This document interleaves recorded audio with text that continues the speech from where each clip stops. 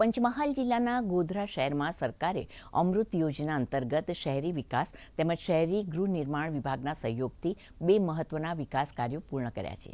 ગોધરા નગરપાલિકા કચેરીની બાજુમાં 1.80 કરોડના ખર્ચે 10 લાખ લીટરની ક્ષમતા ધરાવતી નવી પાણીની ટાંકી તેમજ 12 લાખ લીટર ક્ષમતાવાળો સંપ તૈયાર કરવામાં આવ્યો છે. આ બંને સુવિધાઓનું લોકાર્પણ ધારાસભ્ય CK રાહુલજીના હસ્તે કરાયું હતું. નવી ટાંકી અને સંપના લોકાર્પણ સાથે ગોધરા શહેરમાં અનેક વિસ્તારોમાં વર્ષોથી ચાલતી પાણીની સમસ્યાથી રાહત મળશે.